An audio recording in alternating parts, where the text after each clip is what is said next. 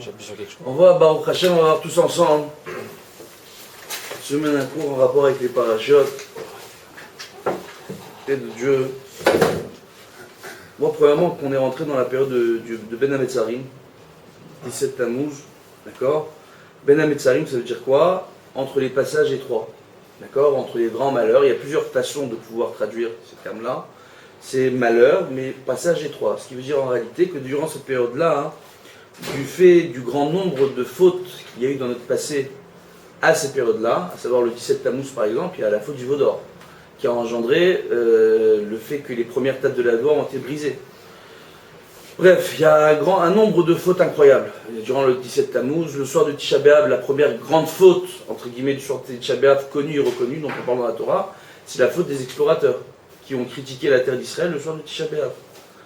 Bref, on rappellera que même dans les événements modernes, le Tisha B'Av a été marqué par le début du Girouche de Gush Katif. On voit que Gush Katif, quand il y a 10 ans de ça, on a demandé à expulser les Juifs qui habitaient dans le Gush Katif. L'armée, pendant un bon mois auparavant, ont bouclé le secteur pour empêcher tous les manifestants et les sympathisants des agents qui habitaient à Gush Katif de pouvoir entrer dedans.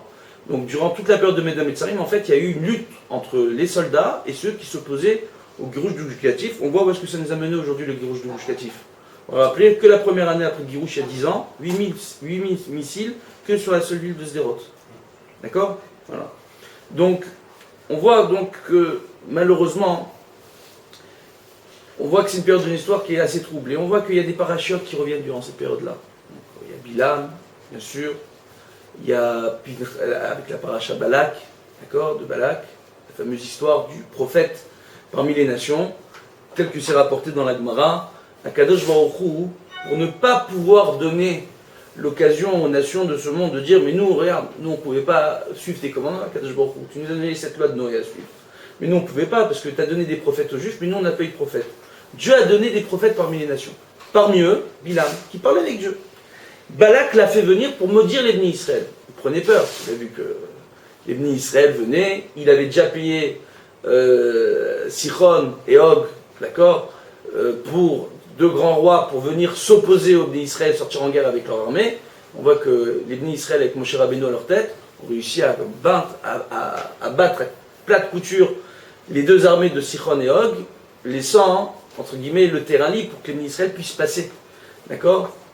Et on voit en réalité que donc, on voit que le roi Balak fait appel à Bilam. Bon, bref, Bilam, bon, il y a une discussion, etc. Kadosh Baruch Hu, il n'y va pas. Finalement, il y va. Ok. Ouais.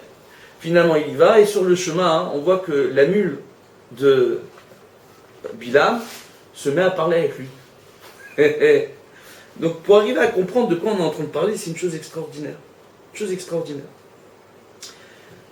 Pour bien comprendre, comme tu disais tout à l'heure, les rabbins, ils aiment bien dire extraordinaire. C'est quand ils veulent vendre l'idée. D'accord? Parce que l'idée, elle est tellement belle, quelque part, tellement vraie, malheureusement, à travers toute cette tragédie, qu'il faut bien le reconnaître. Ce qui se passe en réalité, c'est que Bilam, lui, va voir un miracle. Une mule, d'accord, qui se met à lui parler.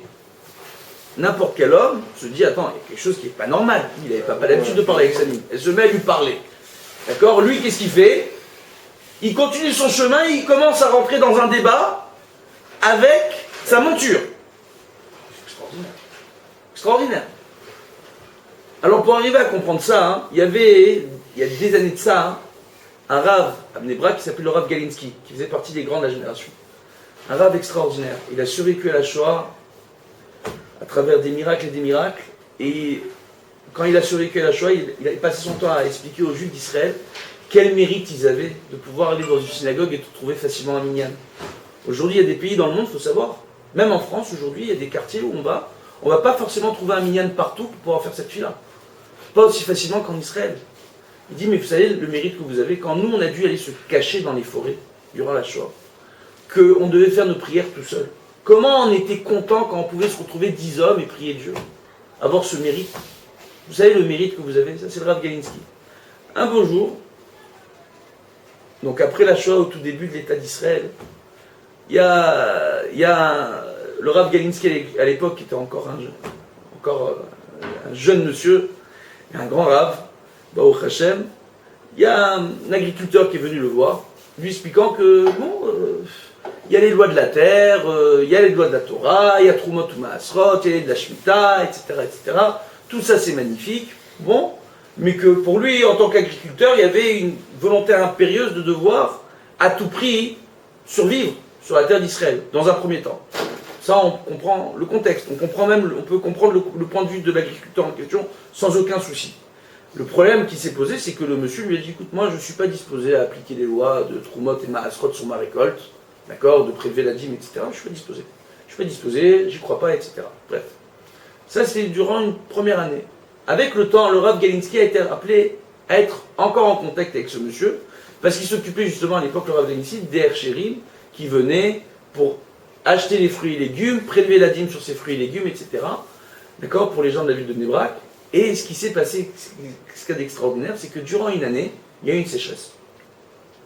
Et que durant cette année-là, l'agriculteur en question, il lui dit, écoute, voilà, si tu arrives à me prouver que Dieu existe, si à travers tes prières, malgré la sécheresse, j'arrive à avoir ma récolte comme à son habitude, je prendrai sur moi les lois du Trumot et Maasrot et les lois en rapport avec la terre dans le cadre de mon métier d'agriculteur en Israël.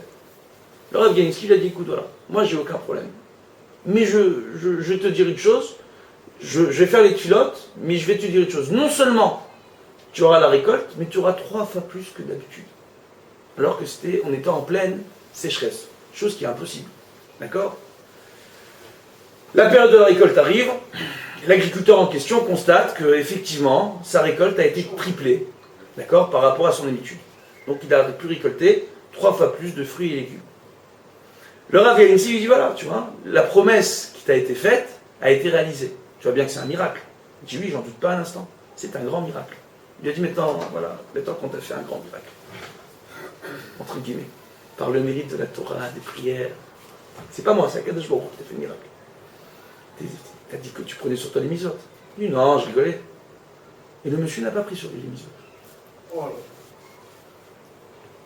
C'est quoi la morale de l'histoire? Quel rapport entre Bilam, d'accord, la période de Ben Hametzarim, la période qu'on est en train de vivre aujourd'hui, et tout simplement aussi le fait qu'on vienne et qu'on nous dise, voilà, il y a des gens parfois qui, même quand on leur fait des miracles, ils ne font pas teshuva. Le point commun, c'est ça en réalité. Bilam, il parle avec sa mule, son ânesse. Il lui parle, elle lui dit viens, on n'y va pas. Il dit si. Il rentre dans un victoire. Il se dit pas à un moment donné, attends, Dieu il m'a dit, n'y va pas. Finalement il m'a dit, fais comme tu veux. À la fin il m'a laissé y aller. À la fin moi j'ai ma mule qui se met à me parler, c'est un miracle. Viens, j'arrête là, il y a des miracles qui sont en train de se passer devant moi. Non, pourquoi? Parce qu'il était déjà dans une optique de ne pas y croire.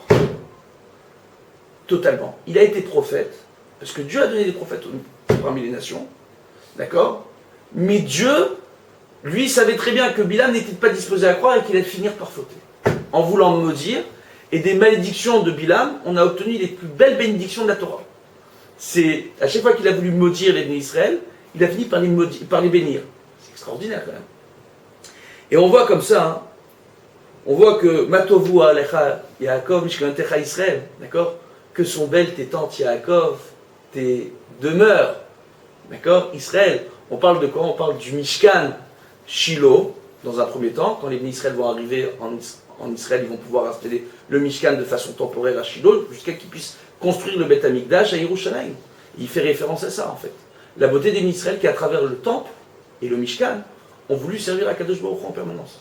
La beauté des bénis Israël, malgré l'adversité, a voulu s'accrocher aux valeurs du judaïsme, à la Torah, aux mitzvot, ce qui a uni les bénis Israël, malgré la galoute, malgré une diaspora qui s'est perdurée un petit peu moins de 1900 ans, quand même. D'accord? Les bénis Israël ont été en galoute un petit peu moins de 1900 ans, et malgré ça, on voit que Baruch Hashem, quand on est arrivé sur cette terre, on ne parlait pas tous la même langue, on n'avait pas tous la même mentalité, on n'était pas tous des mêmes pays, on a réussi à s'unir face à l'adversité, à s'unir face aux épreuves, face aux guerres, et à survivre. Non seulement à survivre, mais à bâtir un beau pays ici en Israël. Baruch Hashem. Et ce qu'il y a ici d'extraordinaire, c'est que les gens n'ont pas voulu voir, au départ, dans la création de l'État d'Israël, un miracle. Beaucoup. Alors que c'est un miracle. Ils n'ont pas voulu voir la hashgacha pratique qu'il y a eu autour du congrès sioniste mondial. D'accord, on en a parlé la semaine dernière. Tous les miracles qu'il y a eu, extraordinaires, les accords de Balfour auparavant. D'accord, on voit que les gens n'ont pas voulu voir tous les miracles. Ils ont voulu toujours tout expliquer. Le fait qu'on soit aujourd'hui en Israël, qu'il y ait de plus en plus de personnes qui puissent venir vivre ici, que l'on soit Baruch Hashem de plus en plus prospère, que les kibbutzim ont été remplacés par des buildings. D'accord? On voit que Baruch Hashem, on voit en réalité qu'il y a un véritable miracle. Les gens ne veulent pas reconnaître le miracle. Pour un pays qui a une santé économique hors pair par rapport à la crise mondiale, c'est extraordinaire. Et pourtant un pays, on le voit tous les 2-3 ans, qui change totalement de politique. On fait 3 pas en avant, 3 pas en arrière. D'un point de vue logique, le pays ne devrait pas être dans un tel état. On devrait être dans un état catastrophique. Et Baruch Hashem, on voit qu'il y a un véritable nes qui se fait, ici en Israël, qu'il y a une véritable bracha. Qui aurait imaginé il y a encore de ça 10-15 ans qu'Israël aurait ses propres réserves de gaz, et en dessous du gaz il y a du pétrole? Qui l'aurait imaginé? On disait, aussi bien en France qu'en Israël, on n'a pas de pétrole mais on a des idées. En Israël, c'est ce qu'ils disaient. Aujourd'hui, Israël a du gaz, et en dessous du gaz, après, il y a des nappes de pétrole qui nous attendent. Des ressources naturelles. On voit des nissim. Comment c'est possible? Comment piton? Comment on arrive à faire des choses pareilles? Qu'est-ce qui se passe? On voit les nissim qu'on est en train de vivre, les gens ne voient pas les nissim. On est en train de vivre un temps qui est très particulier. Très très particulier. On nous rapporte que la période de Ben Hametzarim, à cause de toutes les fautes qu'il y a eu durant Ben Hametzarim, la destruction du premier temple, deuxième temple, etc., les pogroms à travers les époques et l'histoire, le guirouche de Gush Katif, on voit que malgré tout ça, Baruch Hashem, on voit le nombre de miracles que nous on est en train de vivre aujourd'hui. Comment on est encore là? Comment on peut expliquer qu'il y ait des milliers et des milliers de missiles qui soient tombés en Israël, et aujourd'hui on vous dit dans les médias à travers le monde, mais vous savez pourquoi? Parce que tout simplement les gens, les artificiers qu'on a en face de nous, d'accord, les artificiers ennemis, ben, ils ne savent pas s'y prendre, ils ont des petits moyens, ils ont des missiles Grad. Alors je rappellerai pour ceux qui ne savent pas, fin des années 80, début des années 90, c'était les missiles les plus performants au monde. C'était des missiles extrêmement performants. Ils ont envoyé des missiles Grad. Il n'y a pas que des Katyushot, il n'y a pas que des petits missiles qu'ils ont bricolés. Ils ont des missiles qui leur ont été fournis, qui sont extrêmement performants avec des GPS. Et on a des techniciens en face du Hamas et d'autres qui nous disent, mais nous on a des GPS, on a tous les moyens techniques, et pourtant les missiles n'arrivent pas. Ils n'arrivent pas à destination. Et sur le nombre de missiles qui sont venus, le nombre de victimes, c'est ridicule. C'est un véritable miracle. C'est des nissim beniflaot, les gens ne les voient pas. Quand on était en Égypte et qu'on est sorti d'Égypte, on a eu la manne pendant 40 ans qui est tombée dans le désert. Les gens, pour eux, c'est normal que la manne descende dans le désert. Quand ils faisaient la bracha sur le pain, ils disaient Amotzi lechem min hashamayim. Ils ne disaient pas que Dieu nous sorte le pain de la terre, Amotzi lechem min haaretz, ils disaient Amotzi lechem min hashamayim. Ce pain qui sort du ciel, qui provient du ciel. Parce que réellement, ça tombait du ciel, la manne. Pour les gens, c'était pas un miracle. Au bout, la génération qui est venue au monde dans le désert, pour eux, c'était normal. Comme nous, aujourd'hui, quand il pleut, c'est normal. Pour eux, il pleut de la manne, c'est normal. C'est normal. C'était une réalité pour eux. C'était pas un miracle. Si on ne veut pas voir le miracle, on ne le voit pas. Bilam n'a pas voulu voir le miracle. Qu'est-ce qu'on nous apprend de cela? Ce que j'ai dit la semaine dernière. Le point essentiel, comme le rapporte le Maharal, d'accord, pour qu'il y ait la Géoula, c'est qu'on accepte sur nous, la Torah et les Misot pour ce que c'est. Une ordonnance divine qui vient de Dieu, qui vient du ciel, d'accord, une décision qui a été prise sur nous, que nous on doit les faire sans chercher la raison. Naase venishma, d'abord tu fais, après tu comprends. Cherche pas la raison, parce que Dieu t'a dit de faire, fais. Pourquoi? Parce que ça va te permettre de t'améliorer. Ne cherche pas forcément à t'améliorer, mais naturellement, tu vas finir par t'améliorer. Grâce à la Torah et aux mitzvot. Tout simplement. Ne pas chercher de raison. Pourquoi? Tous les gens qui vont dire j'attends qu'on me fasse un miracle. J'attends de rencontrer le Rav qui va être le grand babaou, qui voit dans les boules de cristal.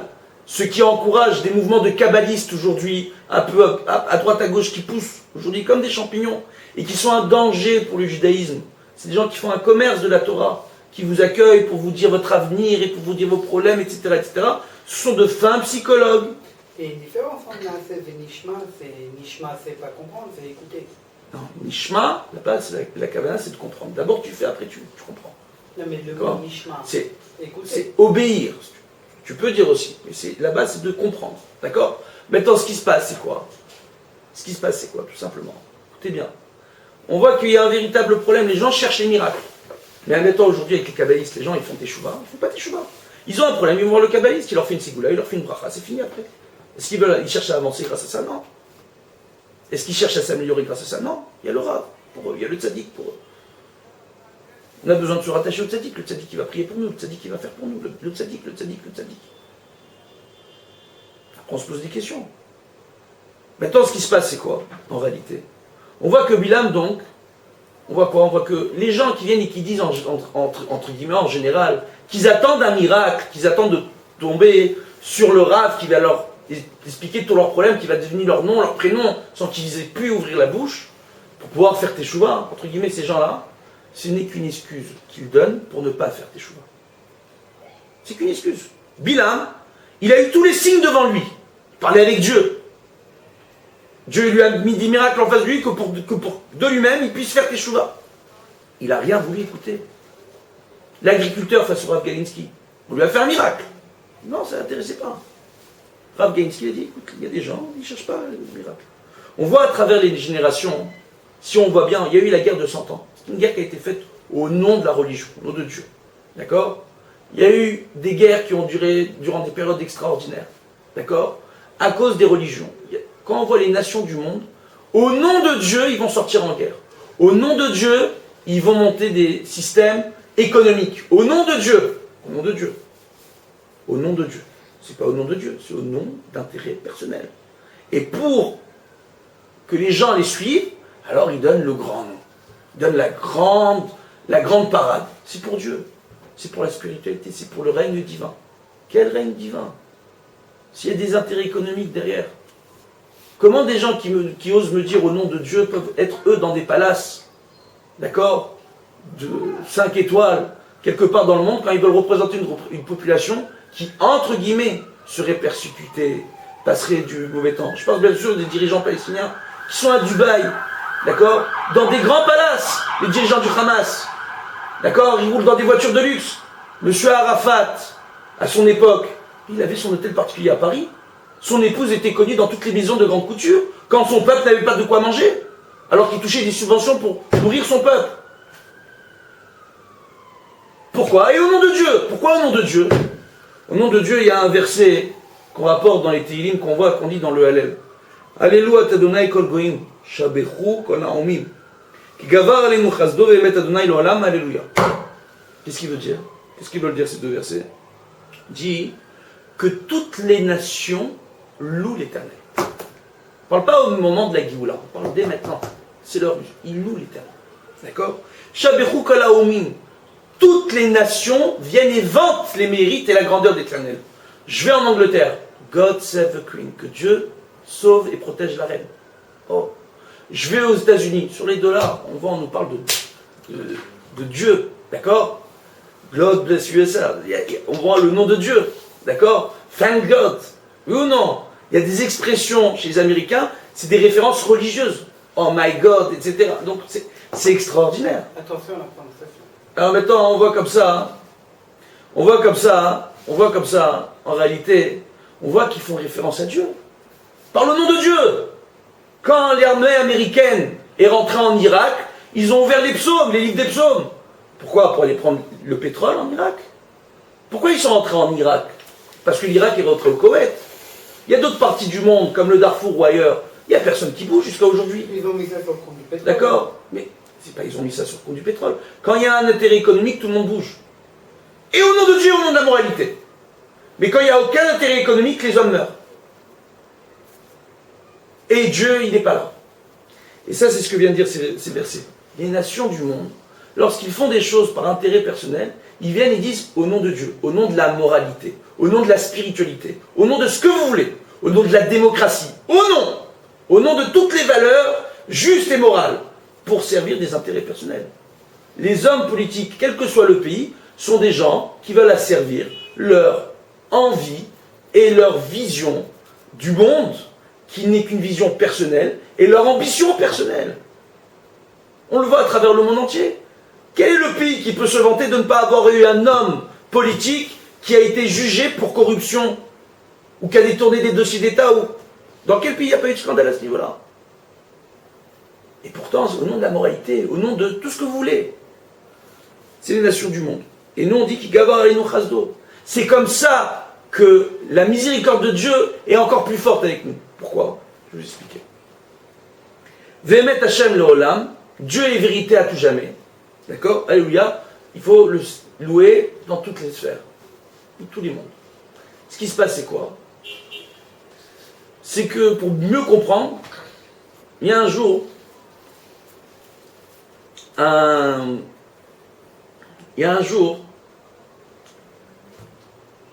monsieur qui est venu, qui est parti voir un Rav que je connais très bien de Nebrak, Yoshua Levi, il s'appelle, comme le maître de la Gemara.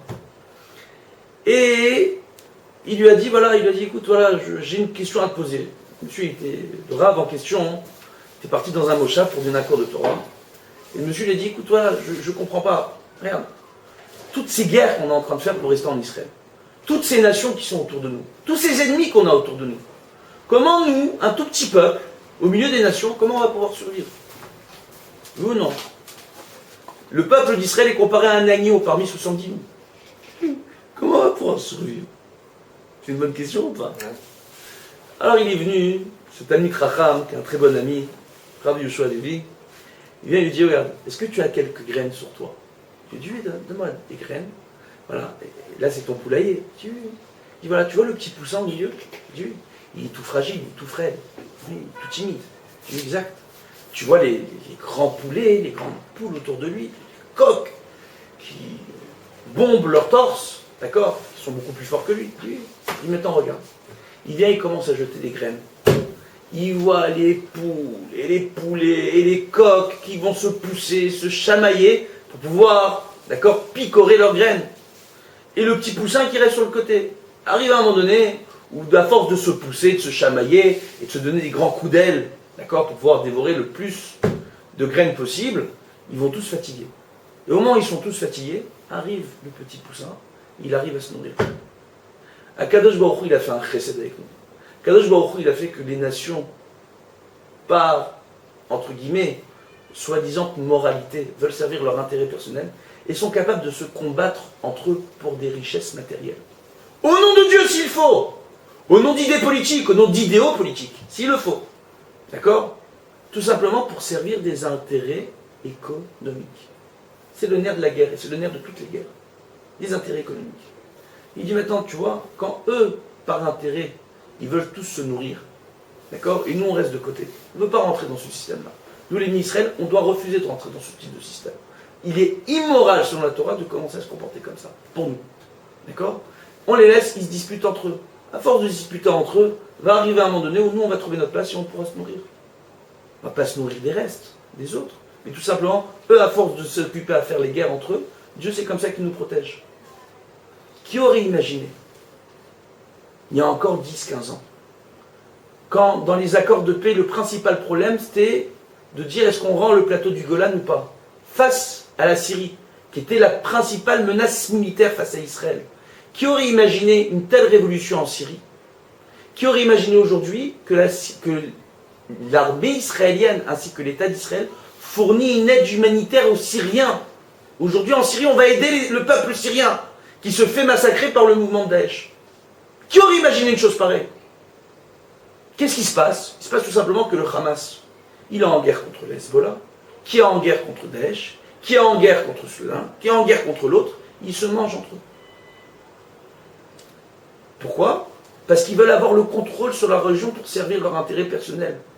C'est moi, j'en appelle même aux jeunes musulmans aujourd'hui, qui ne se fassent pas leurrer par les discours qu'on leur tient, au nom du Coran, au nom de Allah. Parce que tout simplement, ils ont affaire à des gens en face d'eux qui appellent à la guerre sainte par intérêt économique. Les gens qui sont derrière et qui ont de véritables fortunes et qui habitent dans des véritables palais et qui sont en train de se payer le premier étage de la Tour Eiffel, les clubs de foot un petit peu partout dans le monde, les plus belles avenues en Europe, les plus beaux hôtels particuliers, les plus belles voitures, des voitures de luxe incrustées de diamants. Ces gens-là qui sont en train de financer tous ces mouvements, entre guillemets, de révolution islamique, d'accord? ne le font que par intérêt économique, pour s'enrichir encore plus, au nom de Allah, au nom de Dieu. Bon. Les gens ne veulent pas voir les miracles. Cette situation qu'on est en train de vivre aujourd'hui, le fait de voir que les Égyptiens entre eux, quand nos rapports avec l'Égypte ont commencé à devenir houleux et compliqués, de voir que d'un seul coup, miraculeusement, révolution en Égypte, et ils mettent du temps, ils ont du mal à pouvoir remettre d'aplomb un système démocratique, chose qui est, je ne sais pas si ça a été totalement fait ou pas aujourd'hui, je ne veux pas m'avancer, mais bon, ils avancent là-dessus pour rétablir le bon rapport, c'est eux qui se sont fait la guerre entre eux. Nous, on n'a rien fait. On n'a rien fait, ils se font la guerre entre eux. Tous nos ennemis autour de nous. Ça ressemble à cette histoire. Dans la basse-cour, les coqs, les poules avec le petit poussin. C'est le petit poussin. On va t'appeler Titi. Maintenant, on voit par rapport à ça, en réalité, que durant la période de Ben Hametzarim, ce qui est essentiel de comprendre, Béhémet, Quels sont les interdits dans cette période? on va parler. On voit que l'essentiel de...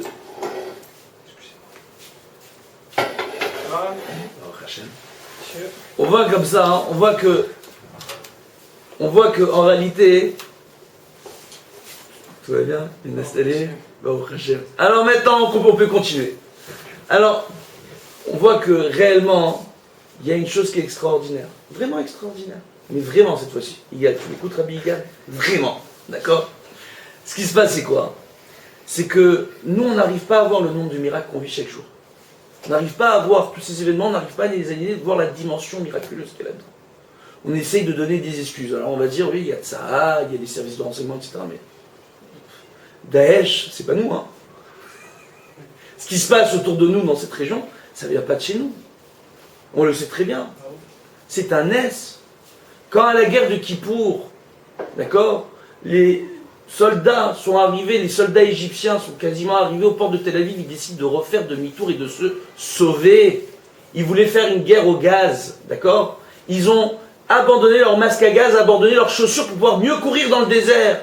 Quand les tanks égyptiens, qui étaient des tanks surentraînés, sont venus et se sont enfoncés dans le sable, en bordure de route les uns après les autres, c'est miraculeux. Quand les généraux américains ont dit qu'ils n'ont jamais vu une telle réussite de la part des tanks israéliens, de réussir à aussi bien viser. Alors tout le monde disait, mais c'est des gens qui sont surentraînés. À une époque où on le rappelle qu'à cette période-là, les soldats de Tsahal ne portaient pas tous des uniformes de la même couleur dans les mêmes unités, on n'avait pas les moyens. C'est tout neuf. Pardon? C'est une armée neuve, c'était pas une armée... On était au tout début. Encore, on n'était pas encore super au point. Et on a eu des Nissim sur Nissim, Akadosh Baruch Hu, il a mis en place des Gibourim, qui ont eu une grande Siata d'Ishmaïa, qui ont fait beaucoup pour le clan d'Israël à cette période-là, durant cette guerre. Mais il y a eu un grand nombre de Nissim durant cette guerre-là. Et la guerre des 6 jours aussi, le nombre de Nissim dont on parle, c'est extraordinaire. Péléplaïm. Maintenant, qu'est-ce qu'on voit? Nous, on n'arrive pas à le voir réellement. Et tous ceux qui sont tombés durant ces guerres, qui ont fait un grand Kiddush Hashem, qui ont été agressés parce qu'ils sont juifs, qui ont été agressés parce qu'on ne veut pas leur donner le droit à l'existence. Parce qu'une chose qui... J'ai pas l'habitude de parler de politique, mais on va en parler. Il faut savoir qu'à Khan Younes, dans les années 20, du XXe siècle, les enfants déjà à la maternelle, on leur demandait, et dans les petites classes, à partir de 4, 5, 6, 7 ans, on leur demandait de dessiner des images de juifs en train de se faire tuer à coups de couteau, des images de juifs en train de se faire étrangler par des Magen David en forme de barbelés, dans les années 20, bien avant la Shoah, bien avant la création d'un État d'Israël. Ils refusaient le fait que les juifs puissent revenir sur leur terre. Tout a été fait pour nous empêcher de revenir. On a dû même se battre contre les autorités anglaises, contre l'armée anglaise.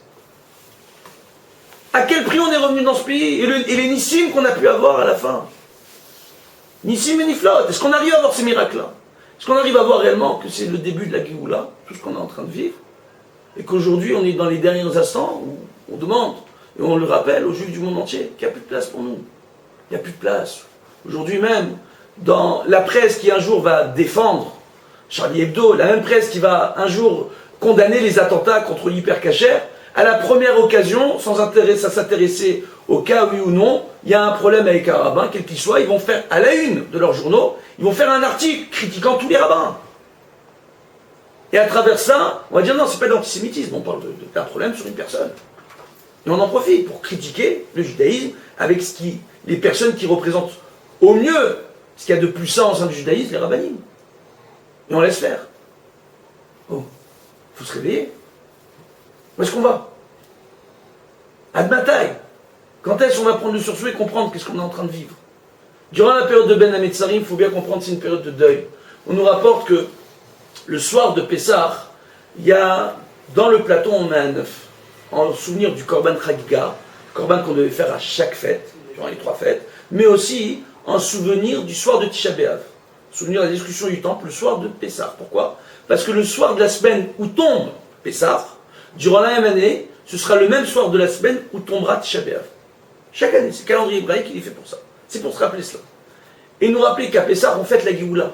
Et que la période de Tisha B'Av, qui conclut la période de Ben Hametzarim, le jour de Tisha B'Av qui conclut, par les événements les plus tristes qui pu connaître le clan Israël, qui ont marqué dans le temps tous les malheurs du clan Israël, par les fautes qui ont été accomplies durant ce jour, on voit quoi? On voit en réalité que ce jour-là deviendra un jour de fête, au moment de la Géoula. Ça deviendra une période de fête. En attendant, c'est une période de deuil, durant laquelle il n'est pas recommandé d'écouter de la musique, durant laquelle il n'est pas recommandé d'écouter de la musique, il n'est pas recommandé, durant la période de Ben Hametzarim, il n'est pas recommandé tout simplement de boire de l'alcool, d'accord? On voit qu'il y a une différence. À partir de Rosh Chodesh, d'accord, Av, certains auront pour coutume de s'interdire plus de choses. Nos frères Ashkenaz, à partir de Rosh Chodesh, ils vont se doucher à l'eau froide, etc. Nous, c'est Shavua chez Chalbo, la semaine durant laquelle tombe Tisha B'Av, d'accord? C'est durant cette semaine-là où on ne va pas changer de vêtements, d'accord? Durant cette semaine-là, on va éviter de faire des lessives, on ne va pas manger de viande, on ne va pas boire d'alcool du tout, d'accord? On voit que c'est une période vraiment de deuil où on évitera les réjouissances. D'accord? Non, durant la période, à partir de Rosh Chodesh Av pour les Ashkenazes et Shavua chez Chalbo pour les Séfarades, et à partir du 17 Tammuz, on va réduire toutes les fêtes. Et on évitera de faire tout ce qui est Tioul, grande sortie, etc. Même d'aller à la plage, c'est pas recommandé. C'est une période où on est en danger. Pourquoi? Parce que c'est la période Ben Hametzarim, où le passage vers Akadosh Baruch Hu, qui laisse passer d'autres filotes, est plus étroit.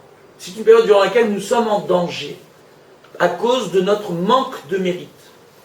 Et c'est la période justement durant laquelle on se doit de se remettre en question pour faire un maximum de teshuva. On voit réellement que chaque été, en Israël, il y a des guerres. À quelle période commencent ces guerres? Durant la période de Ben Hametzarim. On va dire oui, la météorologie, c'est parfait pour les guerres, etc. Ça tombe à la période de Ben Hametzarim. Ça tombe pendant les grandes vacances. D'accord.